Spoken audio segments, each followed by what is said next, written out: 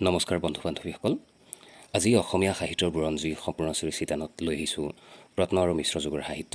আমি আগৰ এটা খণ্ড ইতিমধ্যে উলিয়াইছোঁ, সেই খণ্ডটোত আছে চৰ্যাপদ। আজি চৰ্যাপদৰ পাছৰ খণ্ডটো হৈছে শ্ৰীকৃষ্ণ কীৰ্তন। আজিৰ খণ্ডটোৰ প্ৰশ্নসমূহলৈ যোৱাৰ আগতেই এই কথাটো জানোৱা হওকচোন শ্ৰীকৃষ্ণ কীৰ্তনৰ বিষয়ে অকণমান।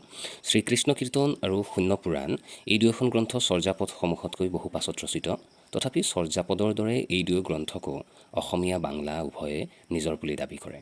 শব্দাৱলী, ব্যাকৰণিক লক্ষণ আদিবোৰৰ ক্ষেত্ৰত থকা সাদৃশ্যৰ ভেটিতেই ই অসমীয়া আৰু বাংলা উভয় ভাষাৰ দাবীৰ বস্তু হৈ আছে। এতিয়া আমি প্ৰশ্নসমূহ জানোৱা হওকচোন। ১ নম্বৰ প্ৰশ্ন, শ্ৰীকৃষ্ণ কীৰ্তনৰ ৰচক কোন? উত্তৰ বদুচণ্ডী দাস। পৰীক্ষাসমূহত কনফিউজ কৰাবৰ কাৰণে ৪টামান প্ৰশ্ন দিয়ে ক, খ, গ, ঘ বুলি, কিন্তু আমি সুবিধাৰ্থে ইয়াতে অকল বদুচণ্ডী দাসে দিছোঁ, যাতে ল'ৰা ছোৱালীখিনি বাকী ৩টা প্ৰশ্ন মুখস্থ কৰি থৈ নিদিয়ে অপশ্যনকেইটাও। সেইকাৰণে ইয়াত ডাইৰেক্ট দিছোঁ বদুচণ্ডী দাস বুলি। এতিয়া বদুচণ্ডী দাস সম্পৰ্কে আমি অকণমান তলত থৈ দিছোঁ, প্ৰতিটো প্ৰশ্নৰে অকণমান কাষত আমি লিখি থৈ দিছোঁ, গতিকে সেইখিনিও পঢ়ি চাব।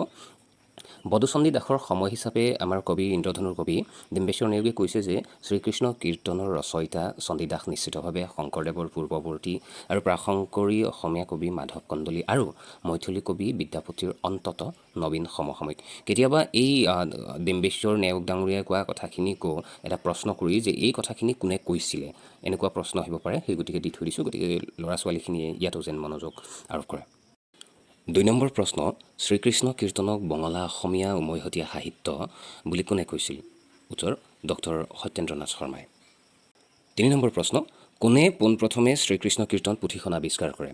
উত্তৰ বসন্ত ৰঞ্জন ৰায় বিদ্যৎ বল্লভ মহাশয়। কেতিয়াবা বিদ্য বল্লভ বুলিও দেখিবলৈ পোৱা যায়, কিন্তু আচলমতেই বিদ্যৎ বল্লভ। আৰু এই ক্ষেত্ৰত তলত কাষত কিবা অকণমান লিখি দিছোঁ, এইখিনিত যদি মনোযোগ দিয়ে আৰু 1316 বংগাব্দত বাঁকুৰা জিলাৰ পৰা এই পুথিখন উদ্ধাৰ কৰে, আৰু এই কথা জানিবলৈ দিয়ে ডক্টৰ অসিত কুমাৰ বন্দ্যোপাধ্যায়। পৰীক্ষাত কেতিয়াবা এনেকুৱা হয় চনটোলৈকে 1316 বংগাব্দ, কিন্তু খ্ৰীষ্টাব্দ বেলেগ।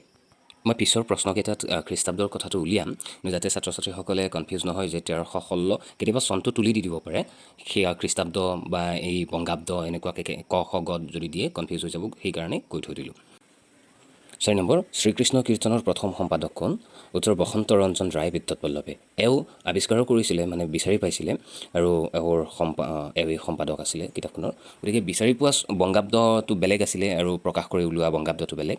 1323 বংগাব্দত অৰ্থাৎ খ্ৰীষ্টাব্দ 1916ত বংগীয় সাহিত্য পৰিষদে পুথিখন প্ৰকাশ কৰে। ৫ নম্বৰ, শ্ৰীকৃষ্ণ কীৰ্তন কি বিষয়ক পুথি? উত্তৰ কৃষ্ণ লীলা বিষয়ক পুথি। ই এক প্ৰকাৰৰ কাহিনী কাব্য, ইয়াৰ বিষয়বস্তু কৃষ্ণলীলা। আন এচামে গীতধৰ্মী আৰু নাট্যধৰ্মী বুলিও সুকীয়াকৈ মত পোষণ কৰা দেখা যায়। ৬ নম্বৰ, কবি চণ্ডীদাস ও কৃষ্ণ কীৰ্তন ৰচয়িতা যে অভিন্ন ব্যক্তি, তৎসম্বন্ধে আমাদেৰ সংশয় নাই। এই মন্তব্য কাৰ আছিল? উত্তৰ বিশিষ্ট পণ্ডিত দীনেশ চন্দ্ৰ সেন বা সেন। ৭ নম্বৰ, এই প্ৰশ্নটো অতিকে গুৰুত্বপূৰ্ণ প্ৰশ্ন, কিয়নো ইয়াতে আমাৰ আউল লাগি যায়, পাজল লাগি যায়। শ্ৰীকৃষ্ণ কীৰ্তনৰ ৰচক হ'ল ক চণ্ডীদাস, খ দীনচণ্ডী দাস, গ বদুচণ্ডী দাস, খ অসিত কুমাৰ বন্দ্যোপাধ্যায়। ইয়াৰ উত্তৰটো হ'ব বদুচণ্ডী দাস, আৰু বাকীকেইটাইনো কি আছিলে সেইখিনিও আমি দিবলৈ চেষ্টা কৰিছোঁ। ইয়াৰ বাকী ক, খ আৰু ঘৰ ক্ৰমে দীনচণ্ডী দাস বৈষ্ণৱ পদাৱলী লিখিছিল, এওঁ অনেক ৰাধাকৃষ্ণৰ লীলা বিষয়ক পালা গান লিখিছিল।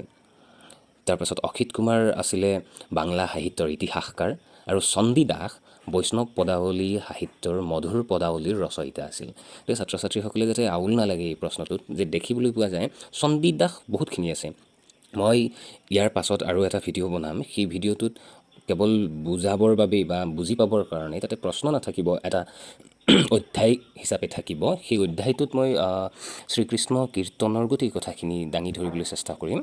তাতে থাকিব সাহিত্যিক সৌন্দৰ্যৰ পৰা নাম সম্পৰ্কে, ৰচকৰ নাম সম্পৰ্কে, পুথিখনৰ নাম সম্পৰ্কে থকা বিভিন্ন মত আৰু অমতৰ কথা গোটেইখিনি থাকিব। গতিকে ইয়াৰ পাছৰ ভিডিঅ'টো যদি আপোনালোকে চাব বিচাৰে চাব পাৰে।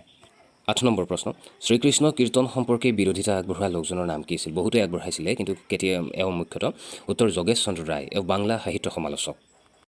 ৯ নম্বৰ প্ৰশ্ন, শ্ৰীকৃষ্ণ কীৰ্তন লিপিকাল কাৰ প্ৰবন্ধ? উত্তৰ নলিনীনাথ দাসগুপ্ত।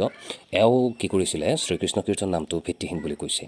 আমি জানো যে শ্ৰীকৃষ্ণ কীৰ্তন নামটো বসন্ত ৰঞ্জন ৰায় বিদ্যৎ বল্লভে দিছিলে, কিন্তু বহু সময়ত সেই নাম ৰচক সম্পৰ্কে বহুতো মত বহুতো সেই মতৰ অমতো পোৱা যায়, অমিলো পোৱা যায়।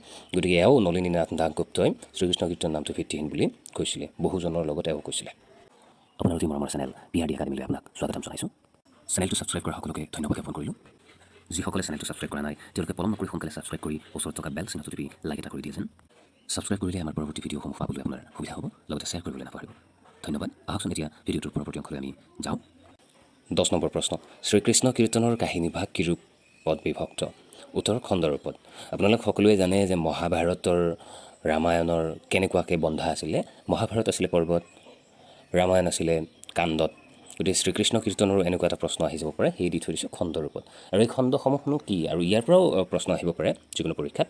গতিকে জানিবলৈ ইয়াতে দি থৈ দিলোঁ কাষত যে খণ্ডকেইটা আছিলে জন্মখণ্ড, তাম্বুলখণ্ড, দানখণ্ড, নৌকাখণ্ড, ভাৰখণ্ড, ছত্ৰখণ্ড, বৃন্দাবন খণ্ড, কালীয় দমন খণ্ড।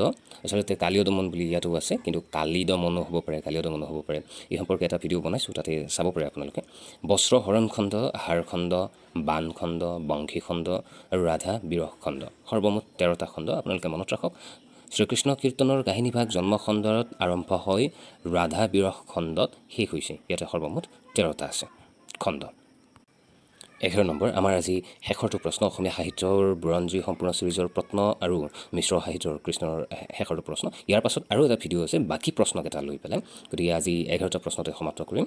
তাৰ পাছত চাব পিছৰ প্ৰশ্নকেইটা। সৰ্বমুঠ আমাৰ বহুকেইটা আছে, প্ৰায় 25-30টামান আছে, আৰু বিচাৰিলে আপোনালোকক আৰু দিব পাৰিম। গতিকে আজি শেষৰ প্ৰশ্নটো চাওঁ। শ্ৰীকৃষ্ণ কীৰ্তনত মুঠ কিমানটা শ্লোক আছে? উত্তৰ, 161টা। 161টা শ্লোক আছে। ইয়াৰে 161টা শ্লোকৰ 28টা পুনৰাবৃত্তি, 32টা ৰাগ বা ৰূপ বুলিও কোৱা হয়, 15খন তাল আছে, আৰু এনেদৰেই মিলি 28টা পুনৰাবৃত্তি, 32টা ৰাগ আৰু 15খন তালেৰে 418টা গীতত সন্নিৱিষ্ট হৈছে এইকেইখন। ইয়াৰ গীতবোৰক দুটা ভাগত ভগোৱা হয়, এটা ধ্ৰুৱক আৰু এটা পদ।